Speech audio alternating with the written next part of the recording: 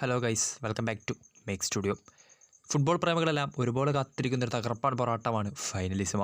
നമുക്കറിയാം, യൂറോ ചാമ്പ്യന്മാരും അതോടൊപ്പം തന്നെ കോപ്പ അമേരിക്ക ഉയർത്തിയവരും തമ്മിലാണ് ഫൈനലിസിമയിൽ ഏറ്റുമുട്ടാൻ പോകുന്നത്. യുവേഫയും അതോടൊപ്പം തന്നെ കോൺമെബോളുമാണ് ഫൈനലിസിമ സംഘടിപ്പിക്കുന്നത്. അപ്പോൾ ഇത്തവണ ഫൈനലിസിമയിൽ ഏറ്റുമുട്ടാൻ പോകുന്ന ആരാധകരുടെ പ്രിയപ്പെട്ട രണ്ട് കരുത്തുറ്റ ടീമുകൾ തന്നെയാണ് യൂറോ ചാമ്പ്യന്മാരായിട്ടുള്ള സ്പെയിനും അതോടൊപ്പം തന്നെ കോപ്പ ഉയർത്തിയ അർജൻറ്റീനയും തമ്മിലാണ് ഇത്തവണത്തെ ഫൈനലിസിമയിൽ ഏറ്റുമുട്ടാൻ പോകുന്നത്. അപ്പോൾ ഇത്തവണ ഫൈനലിസിമ എന്നായിരിക്കും നടക്കാൻ പോകുന്നത്? കഴിഞ്ഞ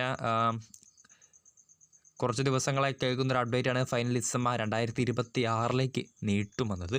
നേരത്തെ നിശ്ചയിച്ചിരുന്നത് അടുത്ത വർഷം 2025 ആദ്യം തന്നെ നടത്താനായിരുന്നു ഫൈനലിസിമ നിശ്ചയിച്ചിട്ടുള്ളത്. പക്ഷേ നിലവിൽ പുറത്തു വരുന്ന റിപ്പോർട്ടുകൾ പ്രകാരം ഫൈനലിസിമ 2026 മാറ്റുമെന്നാണ് ഏറ്റവും ലേറ്റസ്റ്റ് അപ്ഡേറ്റ്. നമുക്കറിയാം, 2025 നിലവിൽ ഷെഡ്യൂളുകളൊന്നും അവൈലബിൾ ആയിട്ടില്ല. കാരണം വേൾഡ് കപ്പ് ക്വാളിഫയർ മത്സരങ്ങളടക്കം നടക്കാനുണ്ട്. സോ അതിനാൽ തന്നെ 2025 ഫൈനലിസിമ നടക്കാനുള്ള സാധ്യത വളരെയധികം കുറവാണ്.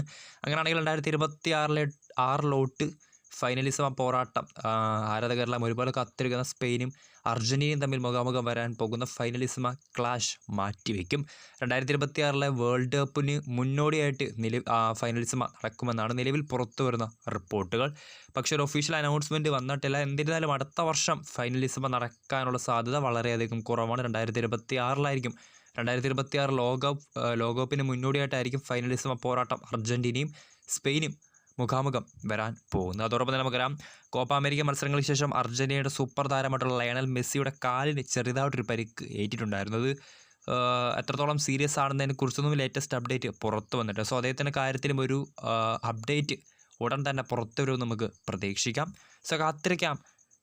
Clash of Titans, Spain versus Argentina. Video ഇഷ്ടപ്പെട്ടാൽ ലൈക്ക് ചെയ്യുക, ഷെയർ ചെയ്യുക. കൂടുതൽ വാർത്തകൾക്കായി ചാനൽ സബ്സ്ക്രൈബ് ചെയ്യുക.